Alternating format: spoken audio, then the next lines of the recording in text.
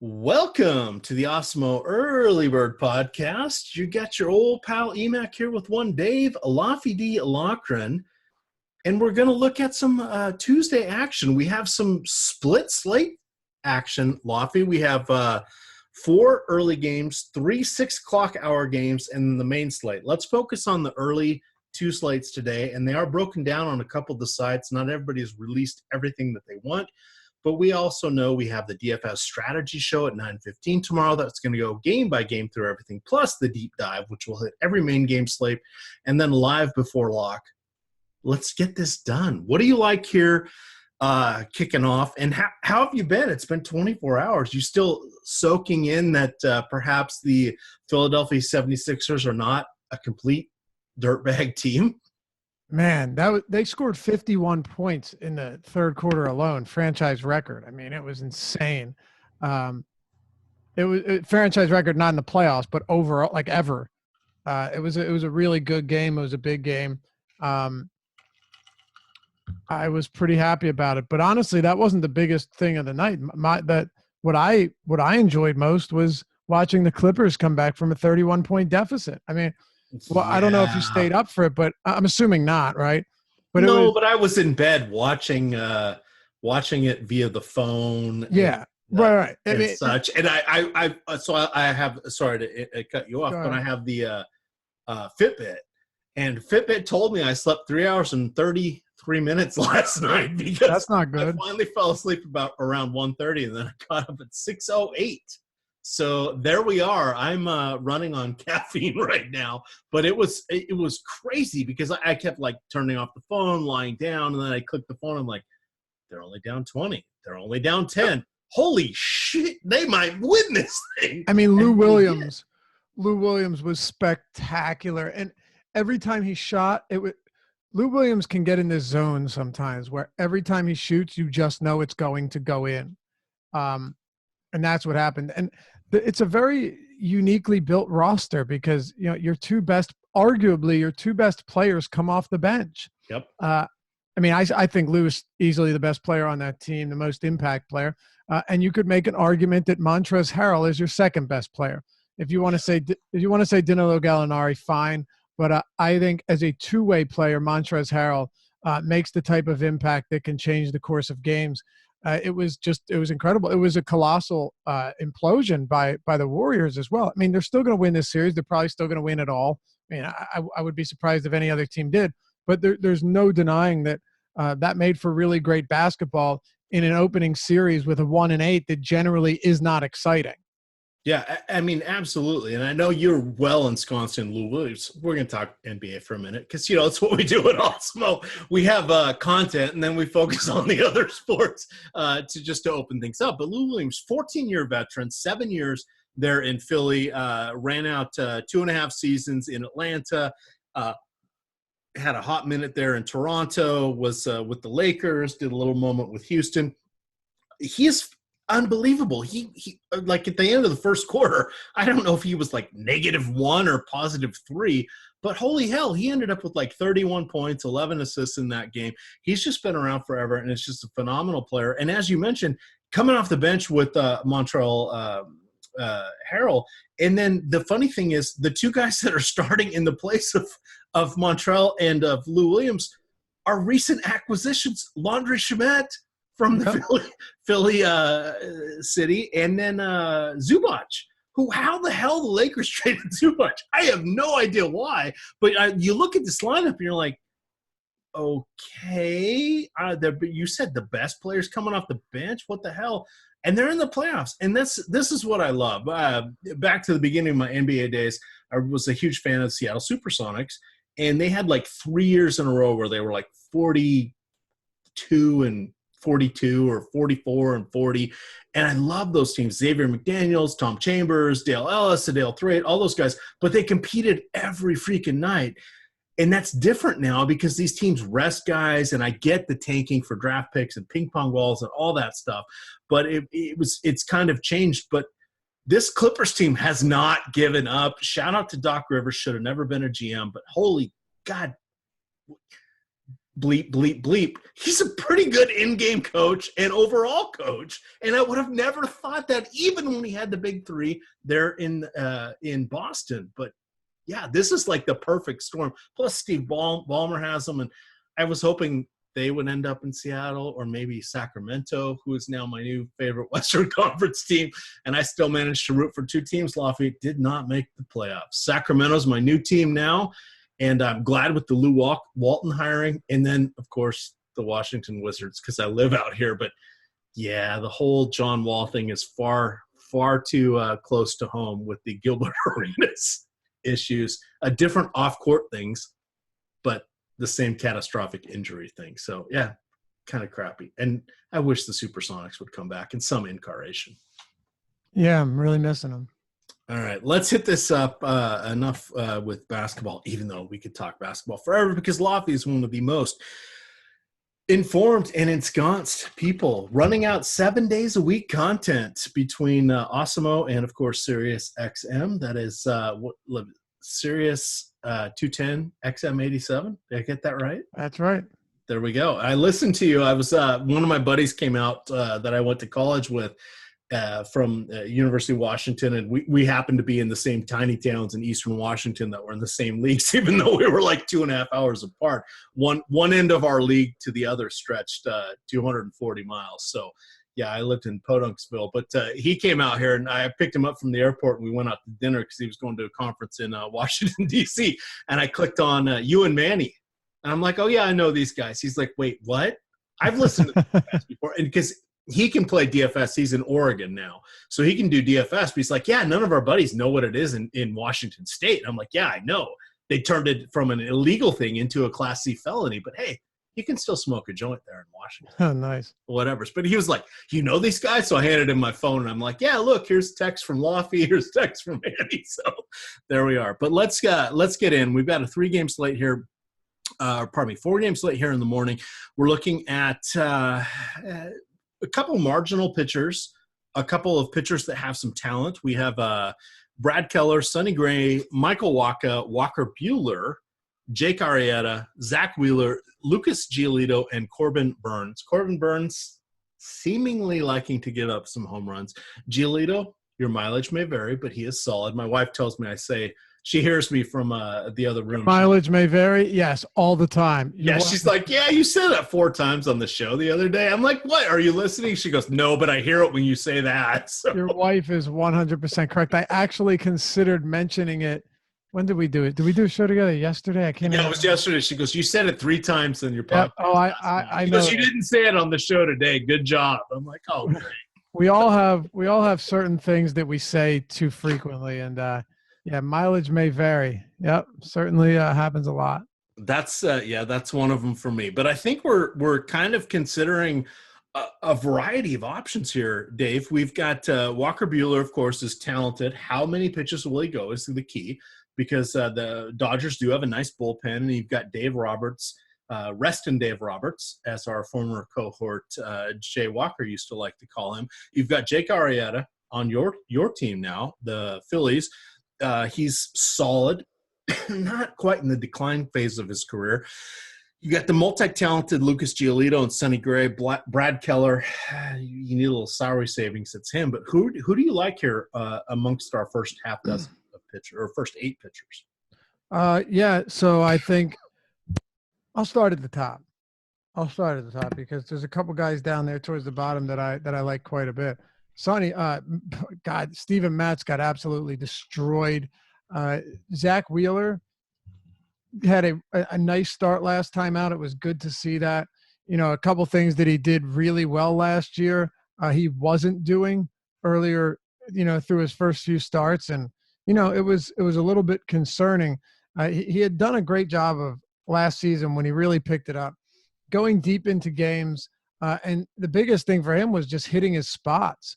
I mean, for example, his first pitch strike rate before last start was down 10% from the previous season. Stuff like that. Outside swing rate was way lower, meaning you're not getting these guys to chase your pitches, and that's important. Even though his outside contact rate is actually higher this year than it was last year, things like that, they may seem little, but when added up, are all pretty significant. I thought it was a pretty impressive start last time out against a good Braves team. Going up against the Phillies, it's a tough spot, no question. I don't mind him in tournaments, though, just because my assumption is that he'll probably go overlooked, and he does have good stuff, and a few rough starts to the season will probably keep him very low owned.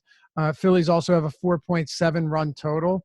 Look, I don't really want to target the Phillies, and I don't love Wheeler, but I do think this is a decent enough spot for him, only because he is really good.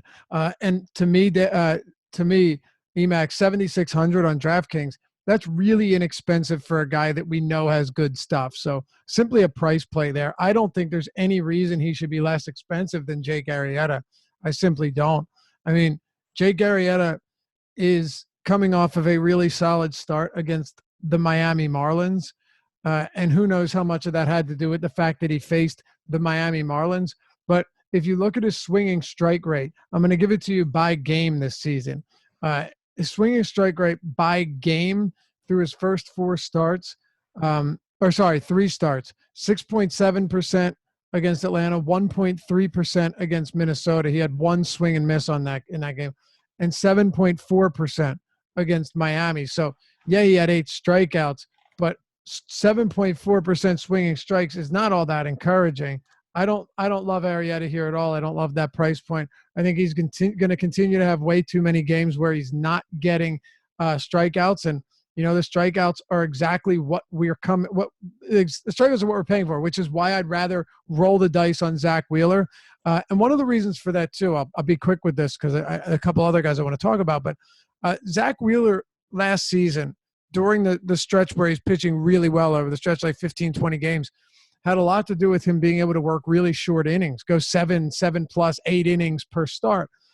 Working short innings against a Phillies team that really makes you work is something that I like to see. So that's worth keeping in mind. At the top, though, Walker Buehler against Cincy, that's a tough one for me. Now, let me get this out of the way first. I don't see myself going to Brad Keller. This price point seems just a little bit restrictive. I know that he's looked pretty good, and I don't think Brad Keller's a bad pitcher at all. But the second highest priced pitcher on the slate to me seems a little bit outrageous. I still don't believe in his strikeout stuff, and that's the biggest thing here, EMAC. I don't believe that his strikeout stuff is legitimate. And if I'm paying, for a guy, I'd rather go with someone who I know. The 10Ks to me just seem, pretty outrageous. Against lefties this year, he still has a 9% swinging strike rate. I'd rather just pay up a little bit more and go with the talent in Walker Buehler, even though he hasn't looked great this year. I just believe he's a far superior pitcher. And then finally here, the last one I was saving for last is Giolito. Giolito is a guy that I was on against the Yankees for tournaments. He didn't kill you. He gave you 13.3 DraftKings points, basically minimum salary. That you can do fine with that if your bats are all right. But he got 6 strikeouts again and has good strikeout stuff. Lucas Giolito, I think a lot of people still see him as being this garbage pitcher because he came into the league as someone that really struggled. But if you take a look at what he has and what his arsenal looks like, he's got a slider, changeup, and a curveball. Pitches that last season had whiff rates of 17% and 17%. Nothing really on the curveball, but he doesn't. But the slider and changeup this year are 22% and 19% whiff rates. He can get strikeouts, and he's going to go up against the Kansas City team that, while they have some speed, they also have a certain amount of bats like Dozier, O'Hearn, Soler, Duda, I'm pretty sure that the 3 through 7 are all going to strike out at a pretty solid clip, 25% or more. Giolito, to me, at a dirt cheap price point, the cheapest pitcher on the slate, I'm 100% on board with that on a 4-game slate. Yeah, and I can definitely get there because Corbin Burns is one of the guys that is dicey at best. This is baseball, so somehow it'll probably work out in his favor, but he has given up 3 home runs in each of his last 3 games. Or in all 3 starts this season. Yes. Yeah. And that's yikes. He did in that first one against St. Louis. He had 12 strikeouts, which sort of mitigated the home runs, and most of them were solo shots. He gave up 3 home runs, 4 total runs. Against Chicago, 3 home runs, 7 earned runs, and then against the Dodgers, 3 home runs, 5 earned runs, and he had 12, 6, and 3 strikeouts going the wrong direction there. He's something good for you. What do you think his K rate is against righties, and what do you think his K rate is against lefties without looking it up? Oh, I have not looked it up. Guess against righties and lefties. I'm gonna guess. I'm gonna guess somehow he is a righty, correct? He is a righty, and I will say this: they are not reverse splits. Okay, I will say he probably just. I've learned from doing a lot of shows with Eddie when I try to feed him stuff and then he follows all the clues that I have. I'm going to guess it's better than righties, but we have such a small sample size. Who knows? But what is the dichotomy between righties and lefties if that is the case? Massive. Okay. 50% K rate against righties. He has faced 36 righties. He has struck out 18 of them. Okay. That's like almost not possible unless you're playing video games. Yep. And an 8% K rate against lefties. He has faced 34 of them. He has struck out 3 of them. Incredible. He has also allowed that out to noise, but I'm going to still be scared as hell the fact that he's given up 9 home runs this season. Yeah. I mean, well, here's the thing. I expect it to normalize to where it's not 50 and 8%. However, even in the minors, the last couple of seasons, he did strike out righties a lot more than he struck out lefties.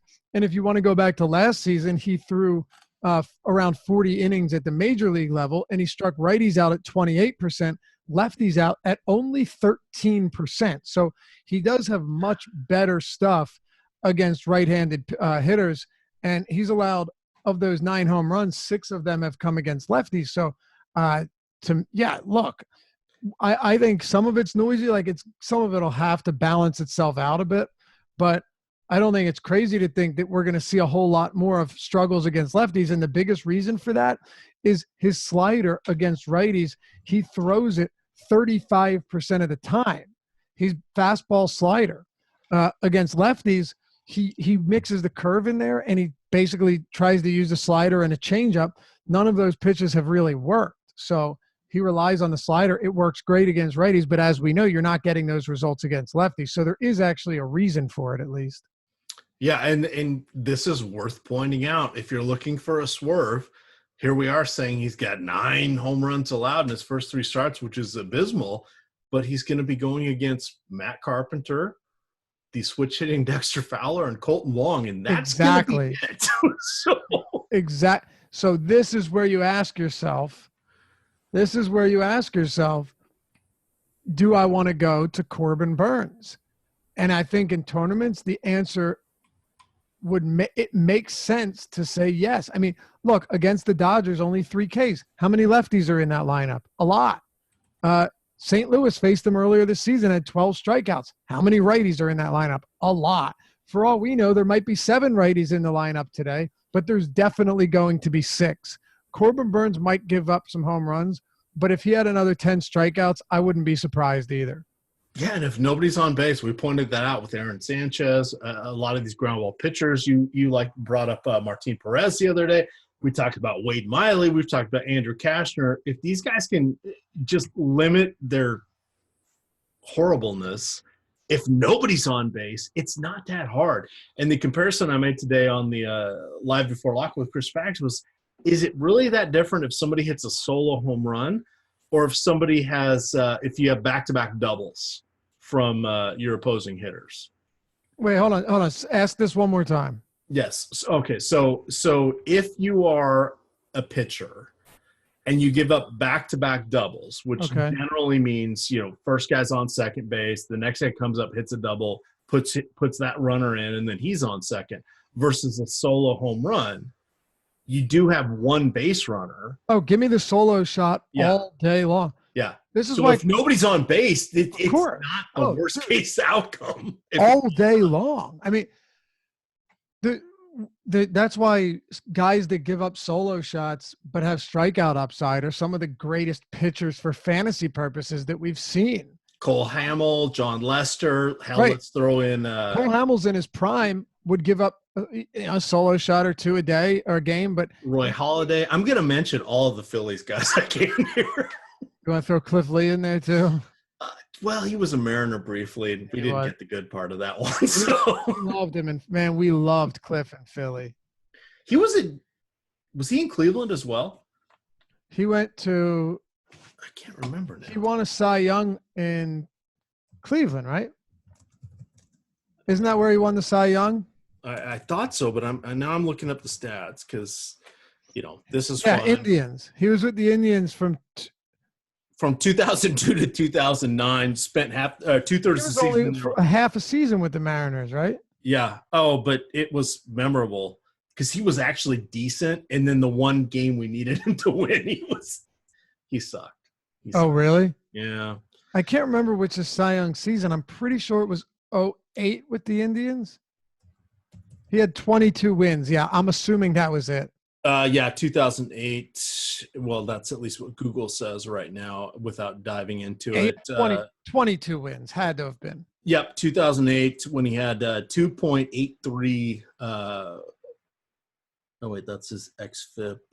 Too many advanced stats. 2.45 ERA because, we love that. 22 wins, 3 losses. It's weird.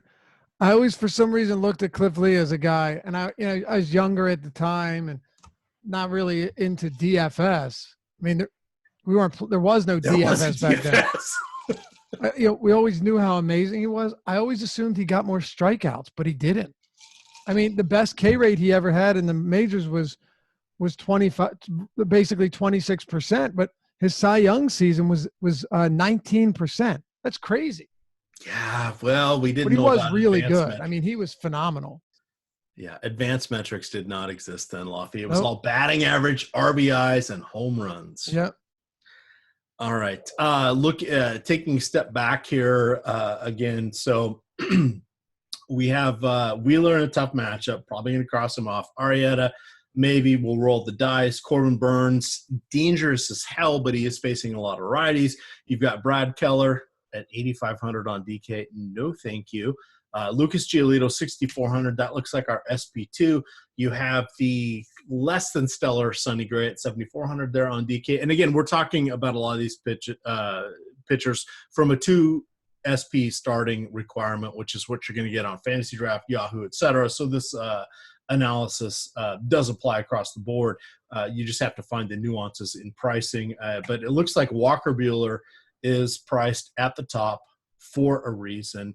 If you want to get a little froggy, as our froggy-voiced friend, Josh Engelman, likes to say, he's been under the weather a little bit, but you can look to Burns for a differentiation play. And sometimes you just have to get a little crazy on these shorter slates and swerve from where the obvious is, especially if you're playing tournaments. Now, I love to live in those 100, 200, and 500-man tournaments, but if you pick 1 or 2 spots to get a little different, that's where your leverage is. And oh my, it's baseball. Can Burns really not give up 3 home runs on Wednesday? I'm voting yes. As long as it's 1 or 2, we could survive here. So all of a sudden I'm looking at that, which is uncomfortable. But in baseball, you have to be a little uncomfortable with what you're doing. Otherwise, you're just joining the masses, and you are not even going to get a min cash. Let's hit a little of the offenses here against the opposing pitchers.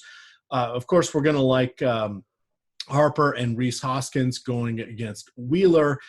Conversely, I don't think I didn't see what happened with Brandon Nimmo, but he's carrying the questionable tag. But you've got him, Robbie Cano, and Conforto going against Arrieta. Not the worst 3-man stack. Going against Waka, your mileage may vary. I said that just for you. There we go. I said that just for you. But you do have Yelich, Moustakas, Travis Shaw.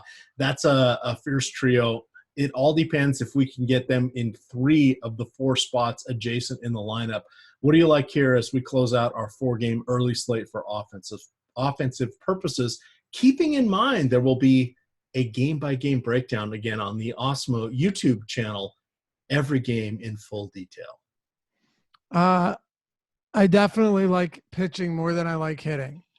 I can tell you that much. And it sounds strange because there aren't that many like big marquee names on this slate. A couple things. One, I'm not buying back into Sonny Gray yet.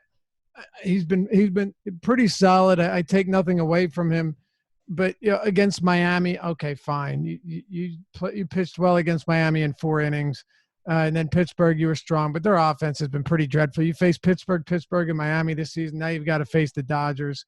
I just think that this is a spot that could really burn him. So, Dodgers to me make a lot of sense. I'd like to see Bellinger back in the lineup. He wasn't in the lineup yesterday. We knew he was day to day. So we'll keep an eye on that with the ailing knee. But the Dodgers are going to be a team that I have quite a bit of interest in. I don't think it should come as any surprise that they have the highest run total or second highest run total on the slate at 4.7. And then the Milwaukee Brewers, I mean, they just beat the piss out of Jack Flaherty. This team has got a ton of pop. Miller Park is phenomenal. They're not the righty-heavy lineup that we saw 2 and 3 seasons ago. They've got some serious lefties there now. Yeah, and a fella by the name of Christian Yelich. That doesn't hurt either.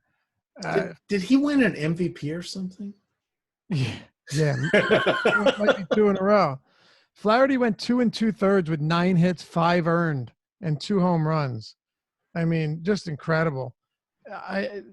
And by the way, I don't think it's talked about enough. The upgrade that they made at catcher is monumental. Think about that. They were running out trash hitting catchers for a while. Yasmani Grandal, not only is he a switch hitting catcher, but he hits righties as good, if not better, than almost any catcher in the league. So, Grandal was hitting 5th today. Just really anyone on this team I'm fine with, but I do love the lefties too.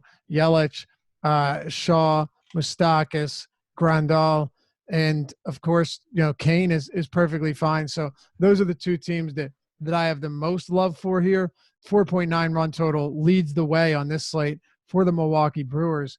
And then I would throw the White Sox out there only because I don't fully believe in Keller. The one thing is he doesn't allow a lot of home runs, though. He does not allow a lot of pop, which is why I'd almost rather look towards the other side.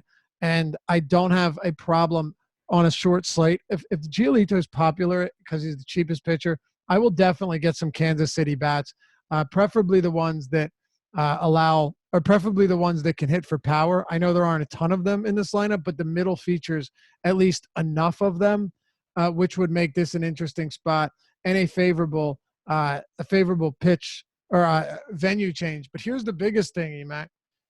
The power bats are one thing. You get a lot of upside there.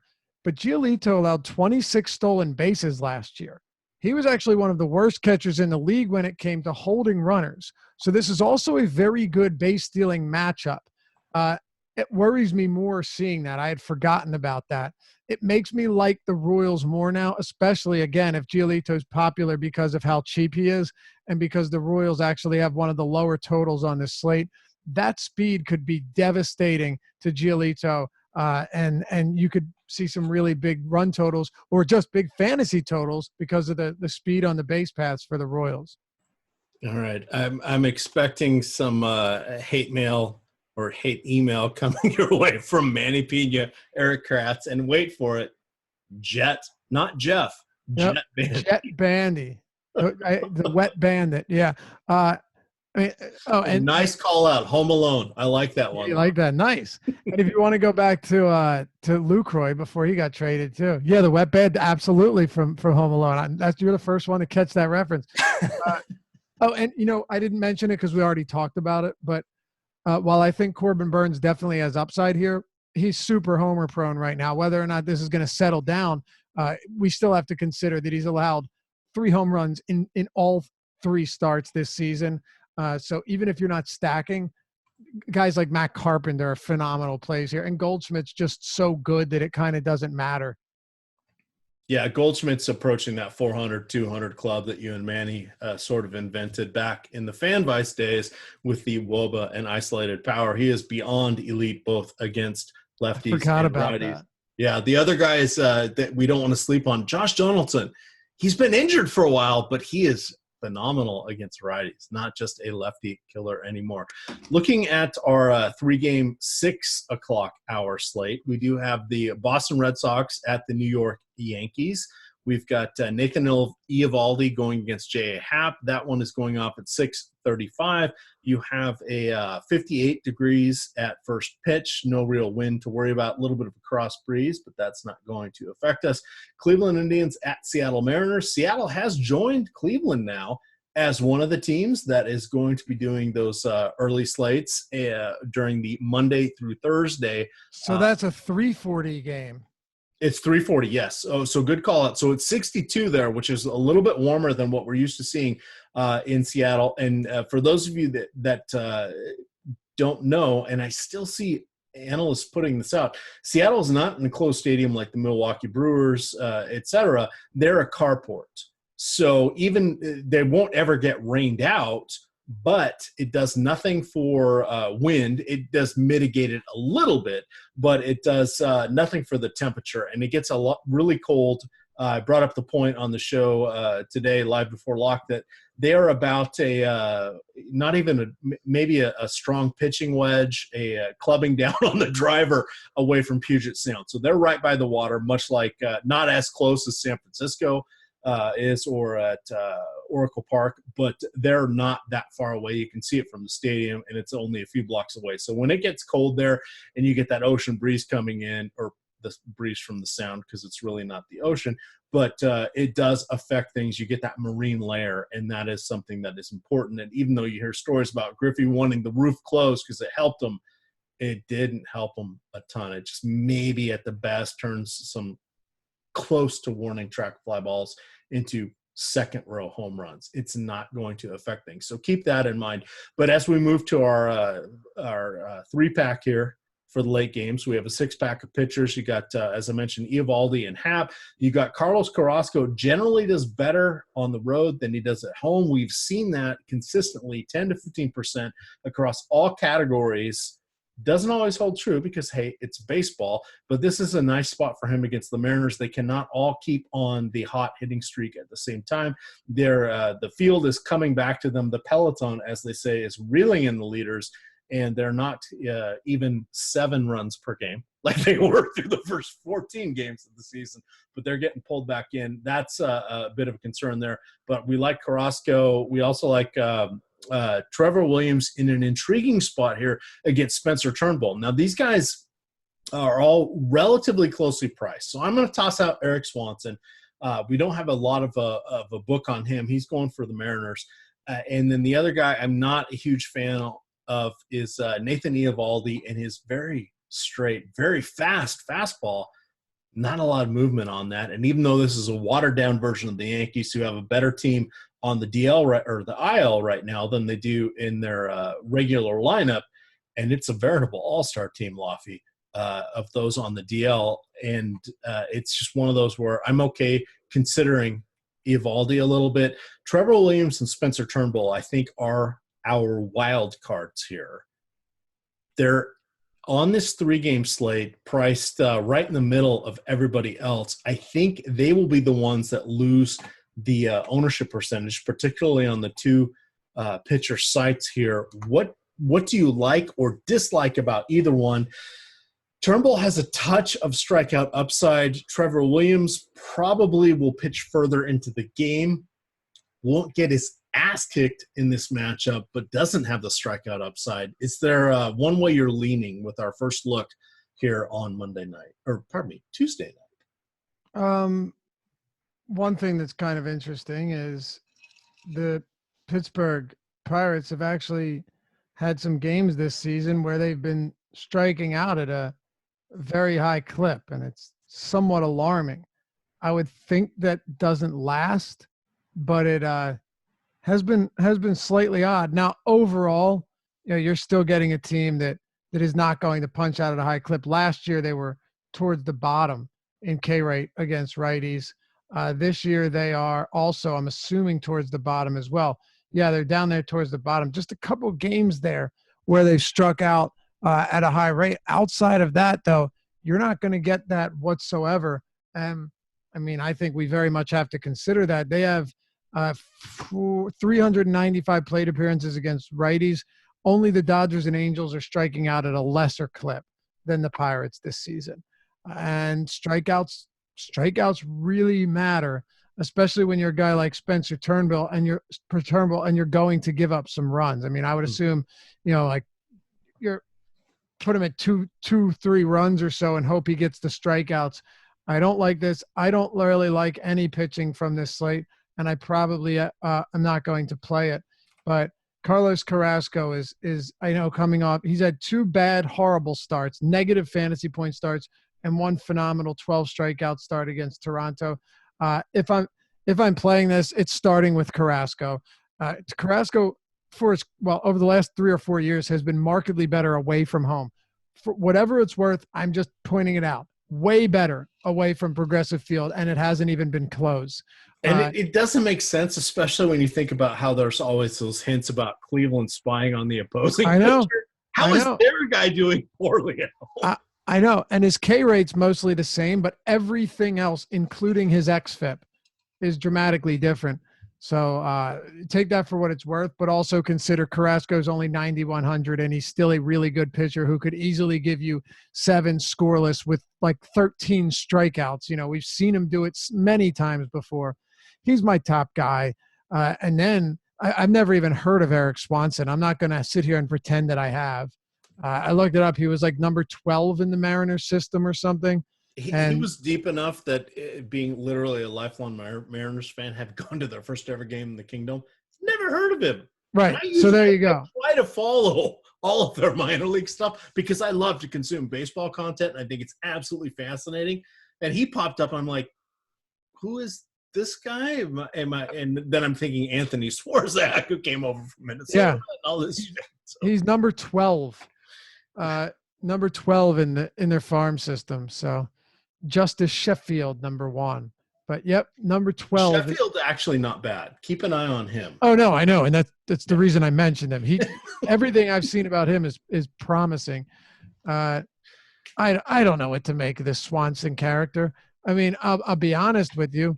It feels like you could probably do worse everywhere else.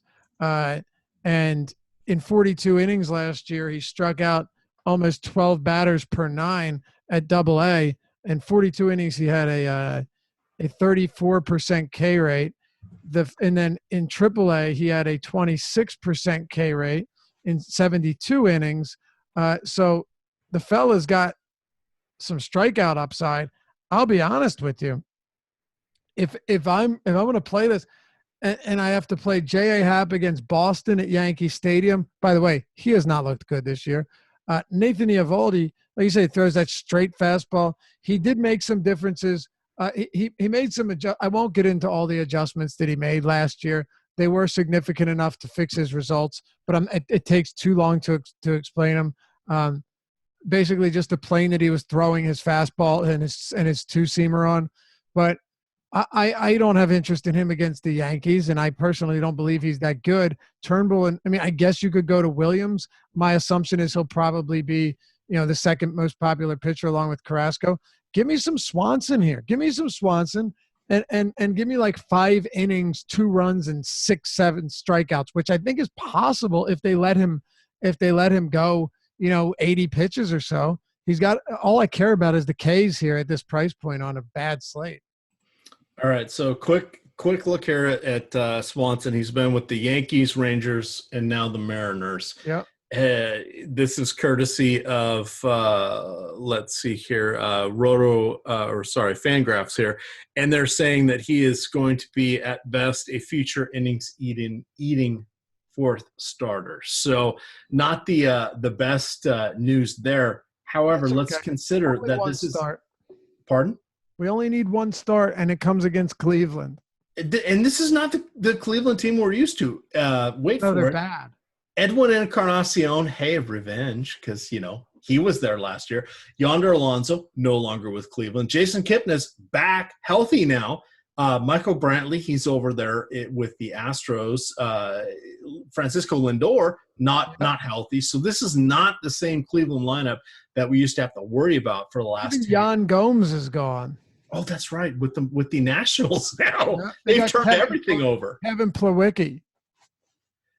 Oh. Yeah, I mean, the team is even. I mean, Kipnis is your 3-hole hitter. Are you kidding me? Sure, you got Carlos Santana back, but he was awful last year. Wait, Carlos Gonzalez broken with the Colorado Rockies for 2 seasons. Now he's in Cleveland. Yeah, I'm not going to be worried about him. Yeah, I mean, Hanley Ramirez is clearly in the twilight of his career. He was so good as a rookie there with the Florida. I believe it was the Florida Marlins at that point in time. Yep. Picked him up in a bunch of late last or second to last round drafts there, and he had some speed when he first came up. That's not his play anymore at all. I'm with it. All right, I think that's going to do it here for us, Lofty. We've got covering the 4 and 3 game slates. Again, you're going to get the full breakdown game by game on the DFS strategy show. That's going to go off at 9:15 on Wednesday morning. That will be with one Josh Engelman and Adam Ship, my money share. And then you've got the deep dive article coming out from, wait for it, Dave Loughran, who's on the show with us tonight. And then you got Dave and Adam coming in with the deep dive. And then live before lock, I believe the combination on Wednesday will be Josh Engelman and somebody I've covered for him for the last couple of days because he's been ailing. He's been in bad shape, yeah. Yeah, there's a chance you could see me there. But if not, no worries. Oh, and by the way, Lofty, my first year of fantasy baseball was the spring of 1990. How many of our listeners were even born in 1990? And that hurts me. I was 3. I was 3 years old. There you go. I've done this for a long time, seen it all, had success at a variety of. What are you, 66 or something? Is that, what are you, 66, 65? No, I was born in 1971. I'm joking with you, man. I hope so. I certainly hope so, but I wasn't. 1970 what? When were you born? 1971, Lofty. Okay, so you were what? Would you say 1990? So you were 19 when you first started playing? Yes, it was my first year of college. It was the spring of my first year in college. So all right. We did not have the internet. Fell in love. Yeah, we did not have the internet. We scored things by hand, and you read the newspaper each day to get your statistics, right? Once a week. Tuesdays it was the AL. Wednesdays it was the NL. Oh my God, that's horrible. We had Excel, but it was Excel 2.0. That is so bad. I don't know how you. I mean, it's real dedication.